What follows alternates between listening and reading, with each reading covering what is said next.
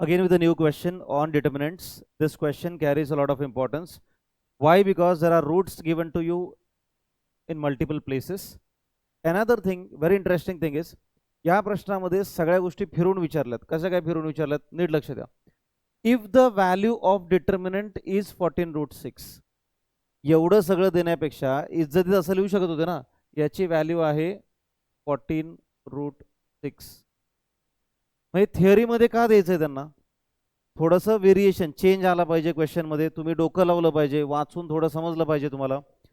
जे इंग्लिशमधलं वाक्य आहे ते तुम्ही मॅथमॅटिकली लिहिता आलं पाहिजे तुम्हाला. That is the only reason behind it, right.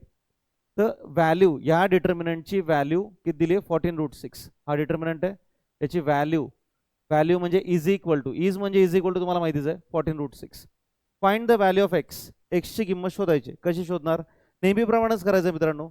तुम्हाला माहिती आहे डिटर्मिनंट सॉल्व्ह करताना काय करतो आपण? क्रॉस मल्टिप्लाय करतो, माहिती आहे ना.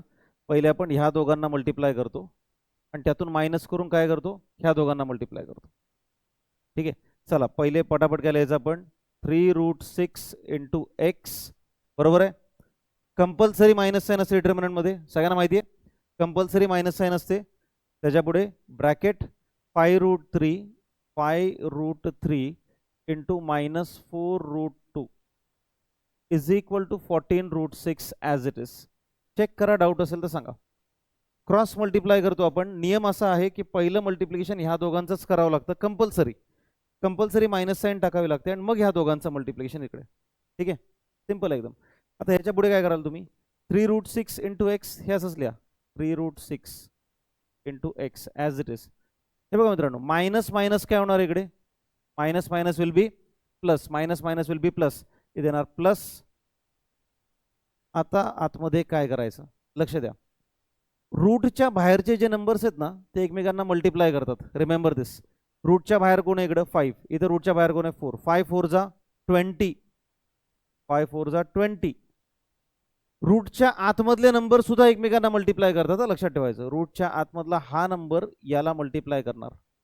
3 2 जा 6, म्हणजे इथं काय येणार? √6.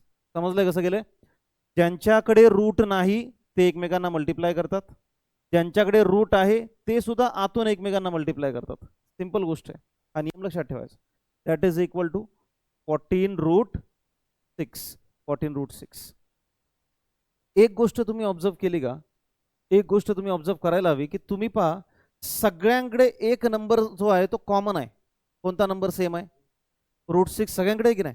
एक काम करा, ह्या दोघांमधनं तो कॉमन काढा पहिले. चला कॉमन काढूया फटाफट. कसं काढणार आहात? इथून आणि इथून √6 कॉमन काढायचं आपण. काय येईल बघा? हा निघाला √6 कॉमन. कॉमन काढणे म्हणजे काय हे सुद्धा तुम्हाला शिकवलेलं आहे बेसिक्सच्या लेक्चरमध्ये. ठीक आहे, तर √6 बाहेर आला की ते एक ब्रॅकेट टाकायचं. कॉमन काढणे म्हणजे ब्रॅकेट टाकणे. एखादी गोष्ट बाहेर काढायची आणि ब्रॅकेट टाकायचं. जर आता हा √6 बाहेर आला, तिथं कोण कोण राहिलं? 3 राहिला आणि x राहिला, 3x. इथे कोण राहिलं? 20. आणि इकडे आपला 14√6. डाऊट? चेक करा. आता आणखीन एक नियम आहे. इक्वल टूच्या लेफ्टला आणि राईटला जर सेम गोष्टी असतील तर काय करायच्या? कट करायच्या इकडे. आणि जर तसं समजत नसेल तर आणखीन एक मार्ग काय आहे? हा √6 मल्टिप्लाय करतोय की नाही इकडं, इकडे गेल्यावर काय करणार सांगा? डिवाइड. मल्टिप्लिकेशनचं पलीकडे गेल्यानंतर काय होतं? डिव्हिजन. तर पटापट करून घेऊया बघा. काय करायचं इकडे? 3x + 20 is equal to 14√6 upon √6. √6 multiply करत होता, इकडे गेल्यावर काय करतोय? डिवाइड करतोय. √6 cancel. Is there any doubt? Check. √6 multiply करतोय, इकडे गेल्यावर काय करतोय? डिवाइड. मल्टिप्लिकेशनचं डिव्हिजन होतं की नाही? हे पहा, कॉमन निघालेला कुठलाही आकडा तुम्ही इकडचा इकडे शिफ्ट करू शकता. तुम्ही हा 3x नाही शिफ्ट करू शकत, कारण तो ब्रॅकेटच्या आतमध्ये. समजतंय ना? There are limitation. जो कॉमन निघतो तो इकडचा इकडे होऊ शकतो. आता काय राहिलं बघा? 3x + 20 इज इक्वल टू काय मिळालं तुम्हाला? 14. +20 इकडे गेल्यावर काय होणार? -20. So 3x is equal to 14 - 20. 3x is equal to -6. 3 multiply करतोय, पुन्हा एकदा इकडे गेल्यावर काय करणार? डिवाइड करणार. तर काय येईल तुम्हाला? x is equal to -6 upon 3. 3 1 जा 3, 3 2 जा 6, एक्सची किंमत काय मिळाली -2. या समचा बेसिक काय होता तुम्हाला मी सांगतो. या समचा बेसिक हा होता, म्हणजे बेसिक कॉन्सेप्ट हा होता की तुम्हाला हे रूटचं मल्टिप्लिकेशन येतंय की नाही येतंय. ज्याला इथे रूटचं मल्टिप्लिकेशन येत नाही तो इथे थांबणार आहे. सोपं होतं ना. हे बघा, मायनस मायनस प्लस झालं.